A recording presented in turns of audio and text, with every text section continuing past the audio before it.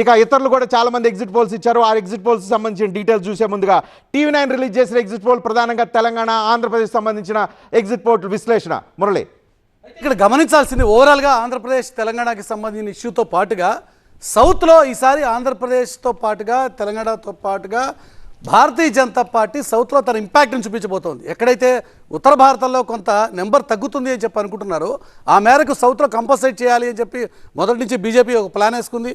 Prime minister Modi నుంచి మొదలు పెడితే ఆ పార్టీకి సంబంధించిన నాయకత్వం మొత్తం సౌత్ మీద ఫోకస్ పెట్టింది. దాని రిజల్ట్ కూడా ఇక్కడ మనకి చాలా స్పష్టంగా కనబడుతోంది. ఎందుకంటే తమిళనాడులో మొదటిసారిగా భారతీయ జనతా పార్టీ బోణి కొట్టబోతోంది. 2 స్థానాలు అక్కడ గెలిచేటువంటి ఆస్కారం ఉందని చాలా ఎగ్జిట్ పోల్స్ క్లియర్గా చెప్తున్నాయి. దాంతోపాటుగా మిత్రపక్షాలతో కలిపి 4 స్థానాలు ఈసారి భారతీయ జనతా పార్టీ ఎన్డీఏ కూటమికి తమిళనాడులో 4 స్థానాలు రాబోతున్నాయి.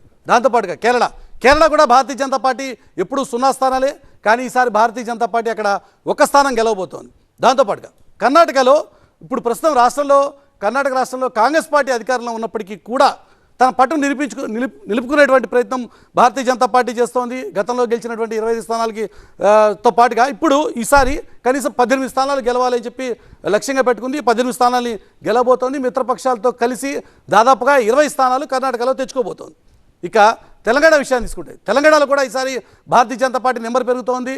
4 స్థానాలు ఉన్నటువంటి భారతీయ జనతా పార్టీ ఈసారి 7 స్థానాల వరకు గెలిచేటువంటి ఆస్కారం ఉందని చెప్పి చాలా క్లియర్గా ఎగ్జిట్ పోల్స్ చెప్తున్నాయి. ఇక ఆంధ్రప్రదేశ్లో కూడా 2 స్థానాలు భారతీయ జనతా పార్టీ సొంతంగా గెలుచుకుని మిత్రపక్షాలతో కలిసి స్ట్రాటజిక్గా చంద్రబాబు నాయుడుతో పొత్తు పెట్టుకోవాలా వద్దా అనే విషయం మీద సుదీర్ఘంగా పార్టీ నాయకత్వం చర్చలు చేసింది. ఎట్టి పరిస్థితుల్లో చంద్రబాబు నాయుడుతో పొత్తు పెట్టుకోము అని చెప్పి చాలా క్లియర్గా 2019 ఎలక్షన్స్ తర్వాత మళ్ళొకసారి చంద్రబాబు నాయుడు మొహం చూసేటువంటి ఆస్కారమే లేదు అని చెప్పినటువంటి ఆ పార్టీ చివరి నిమిషంలో చివరి దాకా నాంచి జనసేన పార్టీ కూడా చివరికి తెలుగుదేశం పార్టీతో కలిసిన తర్వాత చివరిగా ఎట్టకేలకు భారతీయ జనతా పార్టీ తిరిగి 2014 తరహాలో జనసేన టీడీపీలతో కలిసి కంటెస్ట్ చేయాలని చెప్పి భారతీయ జనతా పార్టీ నిర్ణయం తీసుకుంది.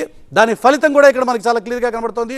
12 స్థానాలు ఆంధ్రప్రదేశ్లో భారతీయ జనతా పార్టీ ఇండిపెండెంట్గా పోటీ చేస్తే ఖచ్చితంగా 0 స్థానాలు, గతంలో మాదిరిగానే ఈసారి కూడా 0 స్థానాలే వచ్చేటువంటి పరిస్థితి. అంత దారుణంగా ఉంది ఆ పార్టీ పరిస్థితి ఇండిపెండెంట్గా. కానీ ఈసారి స్ట్రాటజిక్గా చివరి నిమిషంలో వ్యూహాన్ని మార్చుకుంది. తెలుగుదేశం పార్టీతో పొత్తు పెట్టుకోకూడదు అనుకున్నప్పటికీ కూడా ఆ వ్యూహాన్ని మార్చుకుని ఈసారి టీడీపీ జనసేనలతో కలుసుకుంది. తద్వారా ఈసారి 12 స్థానాల వరకు ఆంధ్రప్రదేశ్లో గెలుచుకునేటువంటి ఆస్కారం ఉంది. ఈ రకంగా చూసుకుంటే దాదాపుగా 40 స్థానాల వరకు ఈసారి సౌత్లో భారతీయ జనతా పార్టీ ఎన్డీఏ కూటమి సంపాదించుకునేటువంటి ప్రయత్నం చేస్తోంది. తద్వారా ఎక్కడైతే ఉత్తర భారతంలో కొంత నెంబర్ తగ్గుతుందని చెప్పి కొంత చర్చలు జరుగుతున్నాయో ఆ మేరకు ఇక్కడ కంపల్సరీ చేసేటువంటి ఆస్కారం కూడా ఉందన్నది మనకి చాలా క్లియర్గా కనిపిస్తుంది.